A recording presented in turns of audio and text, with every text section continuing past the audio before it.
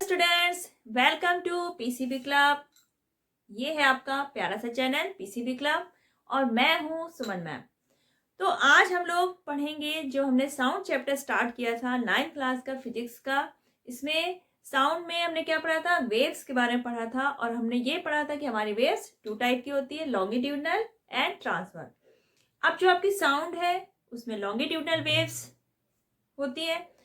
तो जो हमारी साउंड की लॉन्गिट्यूडनल वेव्स हैं इनको हम कैसे डिस्क्राइब कर सकते हैं कंप्लीटली, तो वो आज हम देखेंगे। तो आज हम देखेंगे आपकी जो साउंड वेव है यानी कि आपकी लॉन्गिट्यूडनल वेव, उसके कैरेक्टरिस्टिक्स क्या हैं। अब जो कैरेक्टरिस्टिक्स है वो आपके 5 हैं: wavelength, amplitude, time period, frequency and velocity. अब इसको हम लोग 1 बाय 1 आगे पूरा डिस्कस करेंगे। तो सबसे पहले हम लॉन्गिट्यूडनल वेव देखेंगे कि हमारी लॉन्गिट्यूडनल वेव बनती कैसे थी। अब ये रही हमारी लाइन ऑफ नॉर्मल डेंसिटी की। हमें पता है कि जो हमारी लॉन्गिट्यूडनल वेव थी वो किससे मिलके बनती थी, कंप्रेशन एंड रेयरफेक्शन। ये आपका कंप्रेशन था जो कि नॉर्मल डेंसिटी से ऊपर हाई डेंसिटी वाला पोर्शन होता था।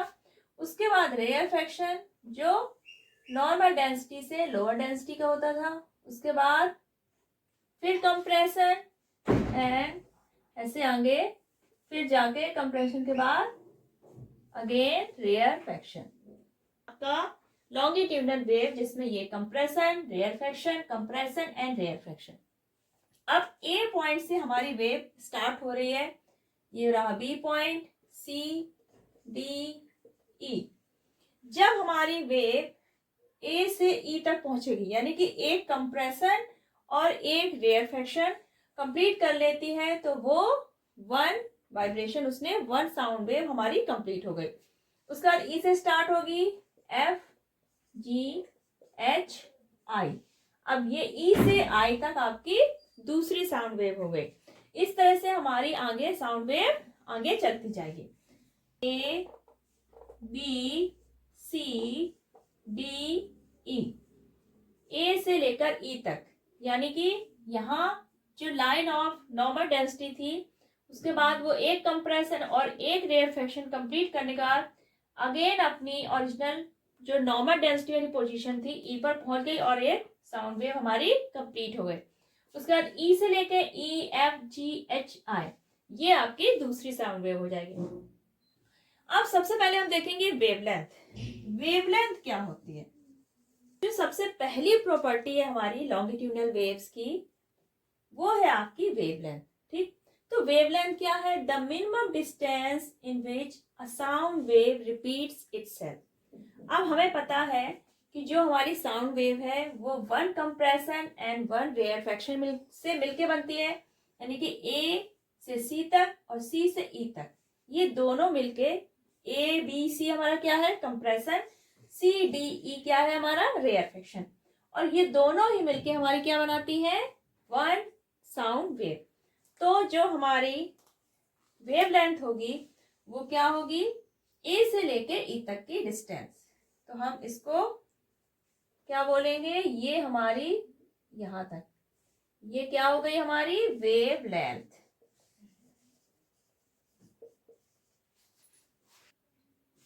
तो वेवलेंथ क्या हुआ, 1 कंप्रेशन एंड 1 रेयरफेक्शन मिलके हमारी एक कंप्लीट वेव बनाते हैं और ये लेंथ हमारी क्या कहलाएगी, वेवलेंथ। अब वेवलेंथ को हम लोग एक ग्रीक लेटर है जिसको बोलते हैं लैम्डा का, लैम्डा। ठीक, इससे हम लोग वेवलेंथ को डिनोट करते हैं। एसआई यूनिट आपकी लैम्डा की है, जो वेवलेंथ है that is metre. Small unit हम लोग सेंटीमीटर भी यूज कर लेते हैं। ठीक है, तो ये तो वेवलेंथ हो गई हमारी, 1 कंप्रेशन एंड 1 रेयरफेक्शन मिलके जो डिस्टेंस है ये हो गई वेवलेंथ। यानी कि length of 1 complete wave is called wavelength. अब जो आपका एक कंप्रेशन है और दूसरा कंप्रेशन है, दोनों की जो सेंटर से मिला के हमारी जो डिस्टेंस आएगी, इसका सेंटर हो गया P और ये दूसरा हमारा कंप्रेशन है जो नेक्स्ट कंप्रेशन है। ठीक, 2 अल्टरनेट कंप्रेशन है, उनके बीच जो सेंटर से लाइन गई हमारी वो जो डिस्टेंस है वो भी हमारी लैम्डा के बराबर होगी, या फिर जो दो रेयरफेक्शन है उनके सेंटर से जो डिस्टेंस है, दो रेयरफेक्शन या दो कंप्रेशन या फिर दो रेयरफेक्शन के सेंटर से अगर हम वो डिस्टेंस मेजर करेंगे तो वो भी हमारी वेवलेंथ के बराबर होगी। ये हो गया आपका क्यू एस, यानी कि आपकी ये आर एस, यानी कि P Q equal to lambda, R S जो आपकी लेंथ है वो भी इक्वल टू लैम्डा। तो ये है ए से लेके ई तक की जो डिस्टेंस, ये भी हमारी वेवलेंथ के बराबर है।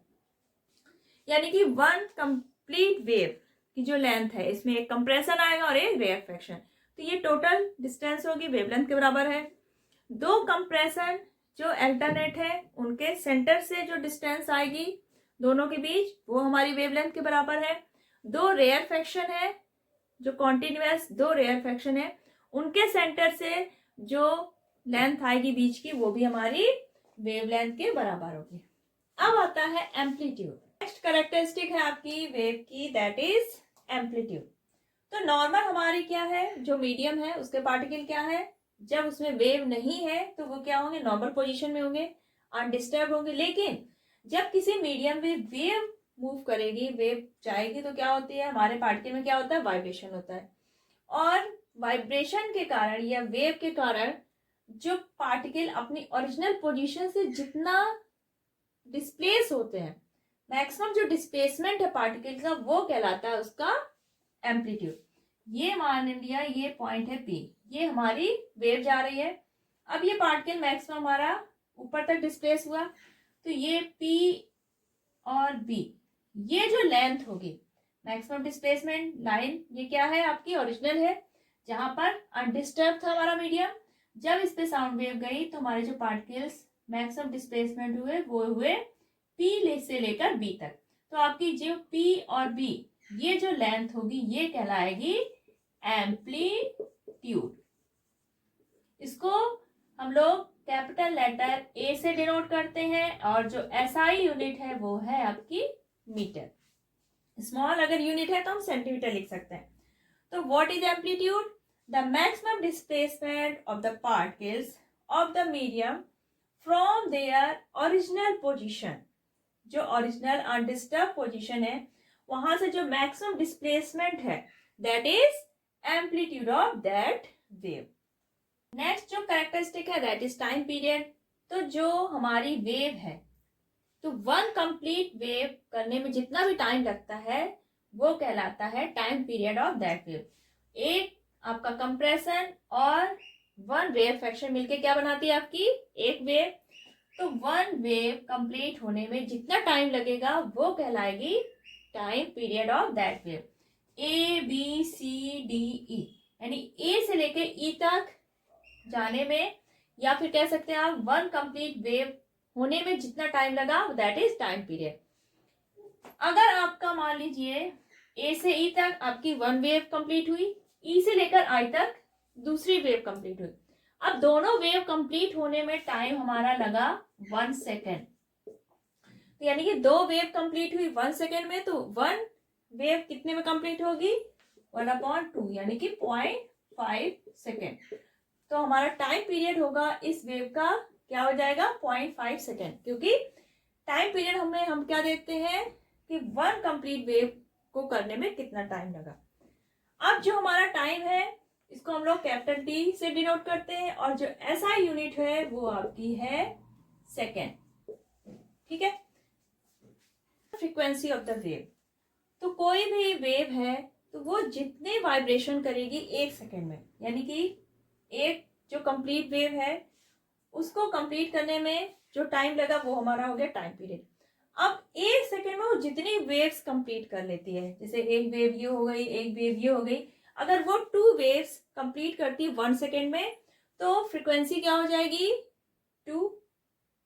1 सेकेंड में अगर 2 वेव्स करती है तो उसकी फ्रीक्वेंसी क्या हो गई 2।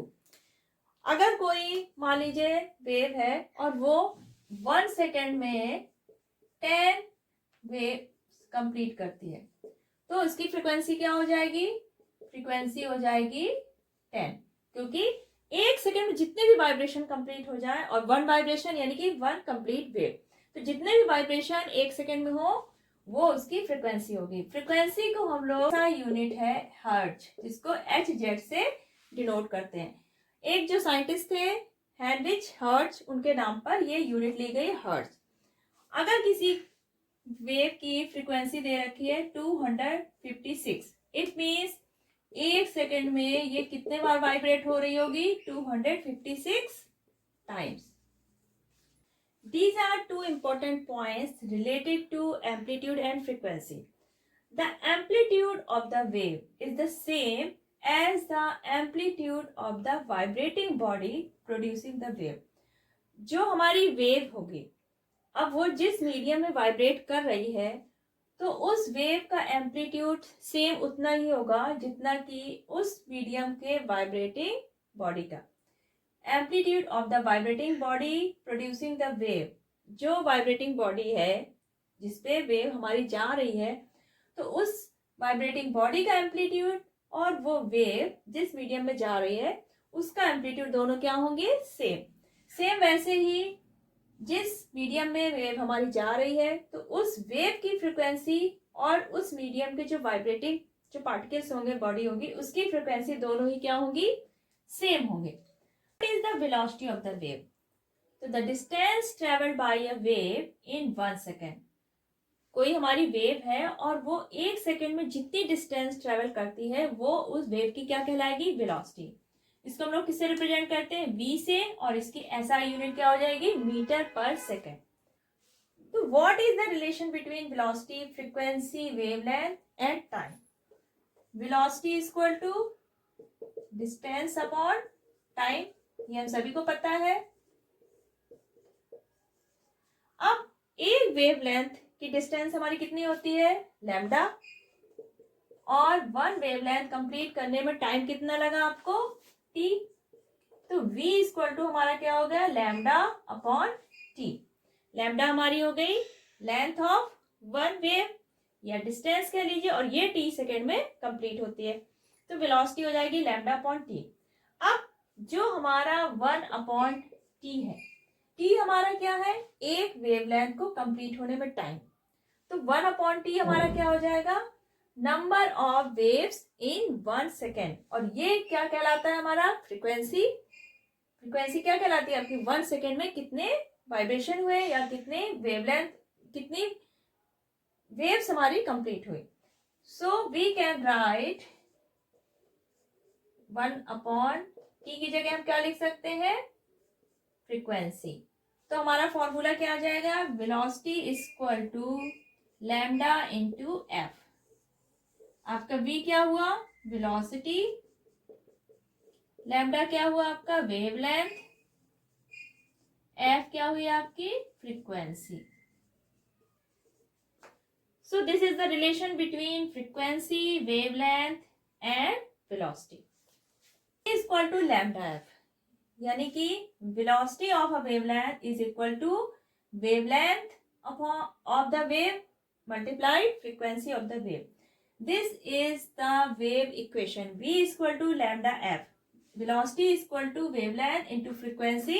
This is wave equation and this is applicable for all types of wave.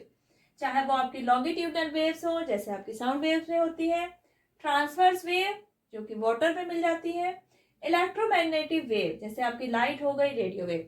तो ये तीनों टाइप की waves या और भी जो waves हैं, हर टाइप की वेव्स में ये वेव इक्वेशन एप्लीकेबल होगा। आपको वेलोसिटी, वेवलेंथ और फ्रीक्वेंसी, इनमें से अगर 2 चीजें पता है तो थर्ड वैल्यू हम अपने आप कैलकुलेट कर लेंगे। तो आज के इस वीडियो में हमने सीखा characteristic of a sound wave, जिसमें आपकी वेवलेंथ हो गई, एम्पलीट्यूड हो गया, time period, frequency and velocity. अब हमारे इस जो वेव इक्वेशन है इसके बेस पे है न्यूमेरिकल्स। तो ये न्यूमेरिकल्स हम लोग नेक्स्ट वीडियो में करेंगे और उस पूरे वीडियो में हम हर टाइप के न्यूमेरिकल्स सॉल्व करेंगे। तो देखना मत भूलिएगा नेक्स्ट वीडियो। और अगर आज का वीडियो आपको पसंद आया है, हेल्पफुल है, तो प्लीज इसको लाइक करिए, शेयर करिए और पीसीबी क्लब अगर अभी तक आपने सब्सक्राइब नहीं किया है तो फटाफट सब्सक्राइब कर लीजिए। चलिए फिर मिलते हैं नेक्स्ट वीडियो में, तब तक अपना ख्याल रखिएगा। Bye bye.